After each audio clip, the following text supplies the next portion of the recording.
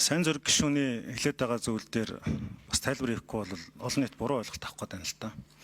Дүүлийн шуугиантай хэрэг ч юм уу тодорхой асуудал дээр цагдаагийн байгууллагаас дуудаж уулзаа тайлбар тодруулга аваад байгаа зүйл байхгүй. За хүний эрхийн дэд хорооны дараагаас сонгогдсоноос хойш 10 сарын 22-наас хойш 3 удаа цагдаагийн албаагчтай уулзсан. Нэг нь болохоор цагдаагийн удирдах ажилтны арга хэмжээнд оролцооч гэдэг урилга авчирч 2 хүн ирсэн. Тэгж өрөөндөө уулзсан. Хоёр дахь нь болохоор хүний эрхийн одоо дэд хороон дээр энэ замын цагдаа зам дээр хүүхдүүд одоо осол гэмтэл хүртэж байна. Ялангуяа гарцан дээр дайруулж мөргөж байна. Энэ талаарх статистик судалгааг алан бичгээр хүсний дагуу өрөөндөө уулзаж цаашлаад Улаанбаатар хотод гарч байгаа 170 гаруй гарцтай зохицуулттай болон зохицуултгүй гэрлэн тохион дээр хүүхдүүд яаж эрсдэд байгаа үүнийг бууруулахын тулд ямар арга хэмжээ хийх вэ гэдэг асуудлаар уулзсан. Мөн замын цагдаагийн газар дээр очиж энэ уулзалтуудыг хийгээд одоо дүгнэлт тайлан гарчихсан байж байна. За 3 дугаарт нь болох юм бол сая өнгөрсөн 7 хоногт Сэмүүт дээр донтолтын өвчин дотроо энэ цахим мөрөгтэй тоглоомноос үүдсэн донтолтыг эмчлэх тухай одоо энэ асуудлаар бид нар энэ 7 хоногт Сэмүүтээр очих гээд байж байгаа. Энэ асуудлаар бас цагдаагийн эрхийн газрын холбогдох албан тушаалтантай уулзаж ер нь энэ донтолтын төрөл төвшин ямар байгаа. Яг л энд бол бидэнд статистик нэгдсэн мэдээлэл олдохгүй байсан учраас их сурвалжуудтай уулзсан ийм уулзалт болсон. Түүнээс биш яг одоо ингээд одоо нийгэмд дүүлийн шуугиан болоод байгаа хэргийн асуудлаар тодруулга авах хэрэг бүртгэх мөрдөн байцаагч гэдэг юм уу процессын үйл ажиллагаанд нөлөөлөх ямар нэг уулзалт хийгээгүй. Эдгээр уулзлуудаа хууль зүйн байнгын орны даргатай одоо тогтмол харилцаж ярилцчихээж бас эн чинь ганцаарчсан биш. Таны хэлж байгаагаар тийм улс төржүүлсэн зүйл огт байхгүй. За ийм уулзтууд болсон юм шүү. Тэрийг бас та зөв мэдээлэлтэй байгаасаа гэж хүсэж байна. За яг гоо байнгын хорооны дэд хорооны одоо чатан дээр шилбэл зарим гишүүдийн зүгээс ийм уулзалт хийх үед нэр гэж асуусан асуултууд бол байгаа. Тэр дагууд нь шууд зохион байгуулаад дуудаж уулзаад болсон юм одоохондоо болоогүй байна. Ямар нэгэн байдлаар хувийн харьцаа гэхээс илүүтэйгээр дандаа алан бичгээр харьцаанууд явж байгаа гэдгийг танд хариуцлагатайгаар хэлье. Хууль зүйн сайдаас нь 2 зүйл тодруулъя.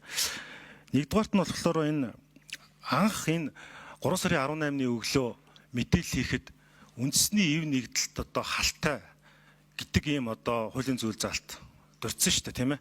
За энээс хоошоогоо бол одоо таны өнөөдрийн бас дурдж хэлж байгаачлан за одоо хүнийг амиа хорлоход нөлөөсөн ч гэдгийг юм уу. За дээрэс нь одоо захин мөрөгтэй тоглоомтой холбоотой гэдэг ингээ олон асуудлууд ярьлаа. Өнөөдрийн байдлаар яг энэ хэрэг дээр хичнээн хуулийн зүйл заалтаар одоо буруутгсан мэдээлэл гарчваа. Яг тэгэхээр нөгөө анханасаа нэг зүйл заалтаар явсан. Тухайлбал одоо тэр хувь хүнтэй холбоотой тодорхой мөнгөнд үнэтэй холбоотой асуудал гэдэг тэр хувь хүнийх нь асуудлыг салгаагүйгээр шууд одоо энэ байгууллага дээр нь ингээд гүйцэтгэх ажиллагаа явуулсан учраас хойшлуулшгүйгээд ингээд шүн явуулсан учраас нэг хоёрдугаар тэр одоо өглөөний 5 цаг хүртэл одоо 1 минутын нэмээд өгье. Эрдэнэ гишүүнд. Тэ байцаасан байцаагаагүй хоёрын хооронд болчлоо. Энд чинь эрүүдэн шүүх хэлбэр юм биш үү эднэр гээд яг ийм асуудал дээр иргэд бухимдсан. 2 асуудал байгаа юм л та. Нэг нь болохоор тэр олон янзын цагдаагийн эрхийн газар болон хууль зүйн яамнаас гарч байгаа мэдээлүүд нь олон янзын одоо санкц бүхий ишлэл гарсан байхгүй юу? 5 6 гарцсан байх. Энэ дэр хүмүүс ямар нэгэн байдлаар яллах гээд байгаа юм биш үү гэсэн ийм хардтал үүссэн байгаа. За хоёрдугаарт нь хэм бол орой 10 цагаас одоо ажиллагаа эхлээд өглөөний 5 цаг хүртэл юм болчихсон гэдэг. Тэр өөрөөр хэлбэл нөгөө зүйл заалтууд нь айгүй болоо одоо солигдсон учраас хүмүүс их тэнэгэлсэн эргэлцсэн зүйл байгаа даа. 3 дугаарт нь болохоор шууд энийг ямар нэгэн одоо аж ахуйн нэгж компанитай холбоод маргааш нөгөө дөрөөс нь дамжуулаад шууд юм хэвлэлийн PR явцсан шүү дээ. Шууд буруутгагдаад MCS нартай холбоод ингэ явцсан байгаа. Энэ дээр ямар нэгэн сэжигтэй зүйл байна гэж иргэд үтсэн байхгүй. Тэгэхээр асуулт нь болохоор нийт хэдэн зүйлчлэл байгаа юм бэ? 2 дугаарт нь та хууль зүйн дотоод хэргийн сайдын хувьд хичнээн хүний эрхийг хангах ямар алхмуудыг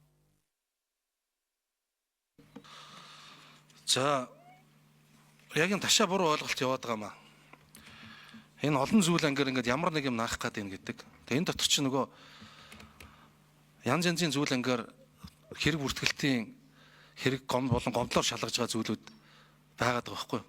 Одоо жишээлбэл тэр захин мөрөгтэй тоглоом гэж шалгаж байгаа хүн байна. Бусдыг амиа орлохоор шалгаж байгаа хүн байна. Хувь хүний нууц садруулах энэ гэмтэргийн улмаас шалгаж гомдлоор шалгаж байгаа ч гэдэг юм уу. Ингээд 3 4 төрлийн зүйлээр шалгагдж байгаа өөр субъектууд энд яригадаад байгаа. Тэгэхээр ингээд хувираад нэг юмнаас өөр болоод нэг нь өөрчлөгдөөд ийн гэдэг ч юм ингээд явж байгаа байхгүй. Тэгэд энэ хооронд энэ ойлголтын зөрүү үүсчээд ингээд яваад ийн бол гэж харж байгаа. Ер нь цаашдаа бид нар энэ цагдаагийн байгууллагаас болон Би бол одоо яг хамгийн түрүүнд сонсол цагдаагийн байгууллагыг та нар олон нийт мэдээлэл өгөө гэл ингээд цагдаагийн байгууллага мэдээлэл өгөөд ирсэн. Тэгээ энэ болгондоо ингээд мэдээлэл өгж исэн зүйлүүд дотор нь нэмэгдээд энэ өөрчлөгдөд нэгсэн юм байх боловч агуулгаараа үзвэл өнөөдөр ярьсан эдгээр зүйлүүд нь бол бүгдээрээ шалгагдаад явж байгаа гэсэн юм байгаа. Би яагаад жишээлбэл энийг яриад байгаа вэ гэхээр нэгдүгээр прокурорын зөвшөөрлийн хүрээнд ярьлаа, хоёрдугаарт энэ ажиллагаануудаа энэ явж байгаа ажиллагаанууд чинь дандаа прокурорын хяналтанд явагдах хэрэгтэй ажиллагаанууд. Прокуророос энд байгаад ирцэн явж исэн тайлбар өгүүлэх сайн байна. Тийм учраас ийм ажиллагаа явагдаж байна гэж хэлээд байгаамаа.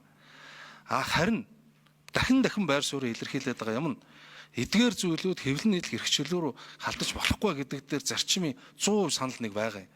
Ийм учраас цаашдаа энэ хэвлэлийн хэрэгчлөөний тухай хууль дээр тусгагдсан сэтгүүл зүйн мэргэжлийн үйл ажиллагаа гэсэн энэ зарчмыг дэмжиж өгөөч.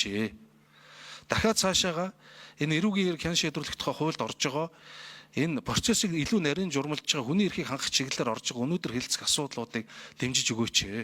Энэ бол засгийн газраас хүний эрхийн чиглэлээр баримталж байгаа бодлого юм аа л гэж хариулах байна. Баярлалаа. Хууль зүйн сайдаа тэгэхээр логикийн хувьд нэг зөрчилтэй юм байгаа юм л да. Таны саяны хэлж байгаа 19 болохоор тагнуултай хамааралтай зүйл байгаа даа шүү дээ. Хэрвээ тийм байсан бол анханасаа эн чинь тагнуулын газар мэдээлэх ёстой шүү дээ. Гэтэл яагаад тагнуултай холбоотой энэ асуудлаар цагдаагийн ерхий газар мэдээлэл өгөөд одоо тэрэн дундаасаа ингээд замхраад алга болчихоо. Тэр бол одоо юу гэдгийг ийм PR-ын шинжтэй юм болоод өнгөрчүү гэсэн хардталтай байгаа байхгүй да. Бусдыг нь бол явцын дундаа одоо энэ хүний эрхийн үндэсний комисс болон бусад таны хэлж байгаа тайлбараас гаргалгаануудыг харж байна л да. Тэр яагаад тэр зүйл заалт юм тодорхойгүй танд мэдээлэл очоог нь ойлгомжтой. Та тэр хэргийг гардан шалгаж байгаа хүмүүс биш шүү дээ. Тэрийг бол ойлгож байна. Гэхдээ цагдаагийн ерхий газар яагаад одоо ингээд сарнцсан зүйл заалтыг тэнцээ ишилч вэ? Эн чинь эргээд маш том одоо эсэргээрээ одоо юу гэдгийг нөгөө хүмүүсийн хэвлэлийн эрхчлөөнд халдж байгаа ч тийм энэ асуудлыг одоо хардах эрхийг нь одоо суур болчихсон байхгүй да. Тэрийг л тодруулаад байгаа. За Алтан гэрэл сайдын микрофоног өгье. Гэхдээ гişүүдээ юу яан шүү. Хэдүүлээ бас хурлынхаа дэгийг барьж ажиллая шүү. Алтан гэрэл сайдын микрофоног өгье. Тэг яагаад мөрдөн шалах ажиллагаа явуулж байгаа гэдэг асуулт таавраа ус хуульчхан энэ дээр би түрүү анхны танилцуулгандаа дурдсан. Цахим үрийтэй тоглоом буюу энэ сайтад ажилладаг иргэний хэрэг 2022 оноос эхлэн энэ 9.3 тэрбум төгрөг гэж ингэж бүлэглэлтэй холбоотой одоо бүлэг хэрэг болцсон шүү дээ. Зарим хүмүүс нь цагдаа орхицсан, зарим нэг нь энэ үнэ ингээд өчигдөр олон нийтийн сүлжээгээр хэлчихэн л энэ хэрэг шалгагдчихсэн байна. Шалгагдчихсэн байна. За бусдыг амиа хорлоход хүрэх гэдэг хэрэг бас дахиад энэ дунд хүмүүсийн нэг хүнтэй холбоотойгоор 2024 оны 9 дугаар сарын 26 оны өдөр Чингэлтэй дүүрэг хэрэг бүртгэлтэй хэрэг үүсгэж шалгаж ирсэн байна. Тэгээ энэ хүрээндээ л гэж хэлж байгаа. Тэрнээс биш яг таны хэлдэг шиг нэг юм дээр үүсгээд дахиад өөртөө шиг өөр үйл баримт руу үсрээд тэндээс олсон зүйл дээрээ ингээд явцсан бол энэ өөрөө зөрчил болно. Энд байгаа Хууль зүйн сайдаа энэ хамгийн ноцтой зүйл нь за яг төрийг ойлгож байна. Эхлэндээ бол эн чинь нөгөө яг хувь хүн гэхээс илүүтэйгээр шууд одоо байгууллага гэдэг утгаар явцсан шүү дээ. Тэр одоо 19 эрүүгийн хуулийн 19.9 буюу 19 те үндэсний эв нэгдлийн эсрэг гэж айгүй ноцтой гэсэн байхгүй юу. Тэнгүүт ингээл сүр сар тас гээл яг ядж байгаад нэг тэр өдөр чинь цэргийн баярын өдөр Монгол цэргийн өдөр болж исэн.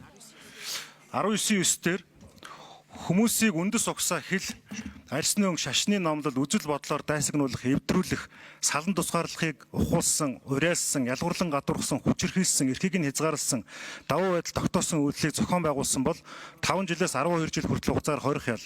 Энэ гэмтэргийг зохион байгуулалтыг гэмтүүлэг үйлдсэн бол 12 жилээс 20 жил хүртэл хугацаар хорих ял шийтгэнэ гэвцсэн.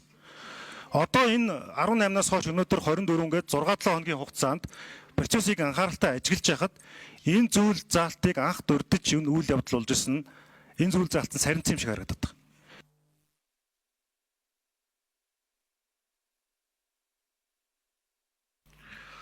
Тэг ерөөсөө яг анх гарч ирсэн мэдээлэл дээрээс миний хамгийн их ач холбогдол өгөөд яагаад би жишээлбэл энэ талаар та нар үйл ажиллагаагаа танилцуулгыг цагдаагийн байгууллагад хэлсэн бэ гэхлээр за тэгээд олон нийтэд мэдээлэл өг гэж цагдаагийн байгууллагад хэлсэн бэ гэхлээр энэ өөрөө цагдаагийн байгууллагын хариалан шалгадаггүй дээрээс нь ийм зүйл ангитай асуудал анх яригдж эхэлсэн. Надад хууль зүйн дотоод хэргийн сайдын хувьд өнөөдрийг хүртэл явуулж байгаа үйл ажиллагааны талаар энэхүү гэмт хэрэгтэй холбогдуулсан ямар нэг танилцуулга, ямар нэг зүйл байхгүй. Мэдээлэл байхгүй. Хууль бус мөрөөдөө тоглоомтой холбоотой зүйл байгаа гэдэг мэдээлэл өгсөн. Тэгвэл прокуророос зөвшөөрөл авах гэсэн, прокурор зөвшөөрөл өгсөн гүйлгээнүүд байсан. Энийг мэдээлсэн ийм үйл явж болсон. Тэгэхээр хариуцлагатай хэлэхэд ийм зүйл ангаар шалгаж байгаа гэсэн ямар ч мэдээлэл хууль зүйн дотоод хэргийн сайдад өнөөдрийг хүртэл